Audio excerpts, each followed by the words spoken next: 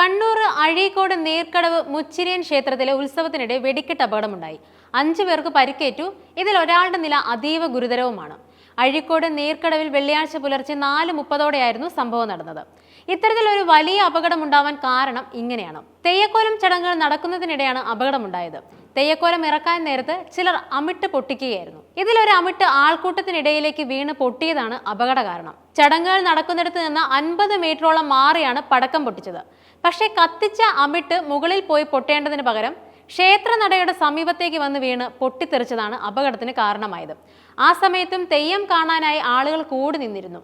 ഉത്സവത്തിലെ 10ാമത്തെ തെയ്യം പ്രദർശനത്തിനിടെയാണ് അപകടം സംഭവിച്ചത്. വൻ ഭക്തജനത്തിരക്കാണ് ഇതിന് കാരണമായത്. തെയ്യം ഇറങ്ങുന്ന സമയത്താണ് പടക്കം പൊട്ടിച്ചത്. ഗുരുതരമായി പരിക്കേറ്റയാളെ മംഗലാപുരത്തെ സ്വകാര്യ ആശുപത്രിയിലേക്ക് കൊണ്ടുപോയി. മറ്റുള്ളവരെ കണ്ണൂരിലെ തന്നെ സ്വകാര്യ ആശുപത്രിയിലും പ്രവേശിപ്പിച്ചു. സംഭവത്തെക്കുറിച്ച് അധികൃതർ അന്വേഷണം നടത്തുന്നുണ്ട്.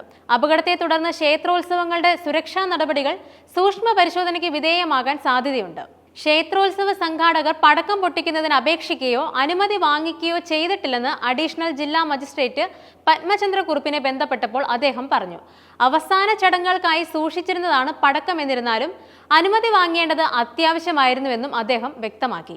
2024 ഒക്ടോബർ 29 കാസർഗോഡ് നീലേശ്വരത്തുള്ള അഞ്ഞൂറ്റമ്പലം വീരർക്കാവ് ക്ഷേത്രത്തിൽ സമാനമായ ഒരു സംഭവത്തിൽ 154ഓളം പേർക്ക് പരിക്കേറ്റു.